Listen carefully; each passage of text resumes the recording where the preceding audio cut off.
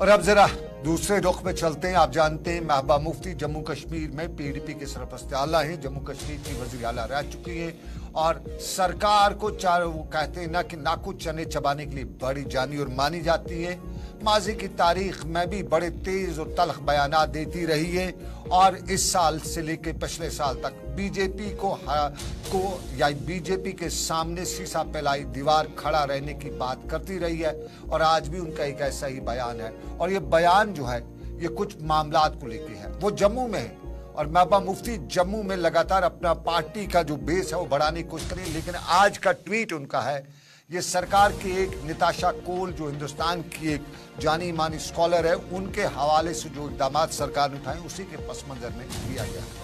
और आज उन्होंने बीजेपी को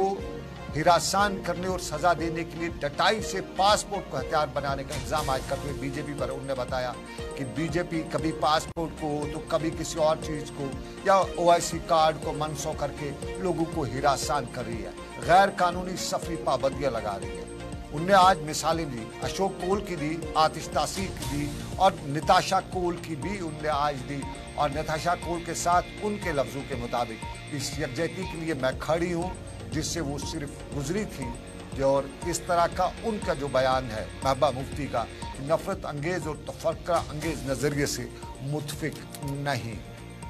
ये महबूबा मुफ्ती का ट्वीट है और महबूबा मुफ्ती का ट्वीट खास उस वक्त आया है जब ये हिंदुस्तान की एक जाने मानी और निताशा कोल के बारे में माना जाता है कि वो कश्मीरी पंडित लड़की है, आमतौर पे बताया जाता है। और ये बैनुल-अक़वामी प्लेटफॉर्म्स पर बीजेपी सरकार की सख्त तनकीद करती है और बड़े नाकतों में मानी जाती है और इंटरनेशनल लेवल पे ये बड़ा कुछ बैकफुट पे बीजेपी को ला देती है, क्योंकि एक तो नॉन मुस्लिम है, उसके साथ साथ पढ़ी लिखी है और पढ़ाने वाली भी है, एक प्रोफेसर भी है, कहीं अमेरिका वगैरह में किसी यूनिवर्सिटी में पढ़ाती भी है। और निताशा कोल के पर जो अब सरकार ने फैसला लिया उसी के पस मंजर में ये ट्वीट महबूबा मुफ्ती का है। महबूबा मुफ्ती आज जम्मू में पार्टी दफ्तर में भी थी, अगरचे आज उन्हें मीडिया से बात नहीं की, लेकिन ऑफ द रिकॉर्ड आज की बातचीत में जम्मू कश्मीर के इंतखाबात भी हुए और आज उनसे ऑफ द रिकॉर्ड अगर पूछा भी गया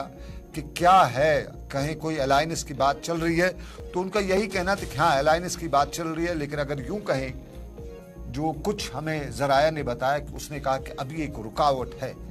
तो वो रुकावट जो है वो दूर होती है तो उसके बाद ही अलायंस होगा। और माना यही जा रहा है कि पीडीपी और नेशनल कॉन्फ्रेंस अलायंस पे बात तो कर रही है, लेकिन उस सारे के बीच में कहीं न कहीं दो माने बयानात दोनों के आ रहे हैं।